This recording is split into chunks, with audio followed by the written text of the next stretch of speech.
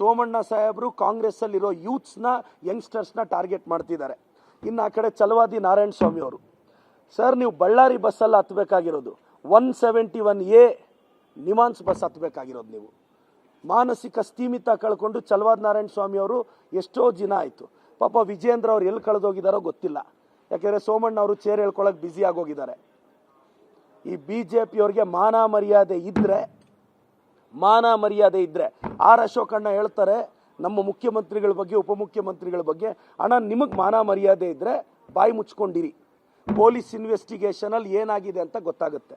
ನಾನು ಮತ್ತೊಮ್ಮೆ BJP ಅವ್ರಿಗೆ ಹೇಳ್ತೀನಿ, ರಾಜ್ಯದ ಜನತೆಗೆ ಹೇಳ್ತೀನಿ, ಬಳ್ಳಾರಿಯ ಗಲಭೆಗೆ ಕಾರಣನೇ BJP ಅವರು ಕೊಟ್ಟ ಕುಮ್ಮಕ್ಕು.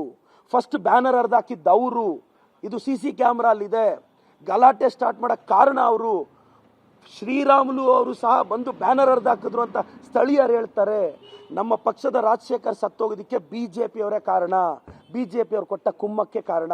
ಇಂಥ BJP ಬಳ್ಳಾರಿಯಿಂದ ಓಡಿಸಿದೀವಿ.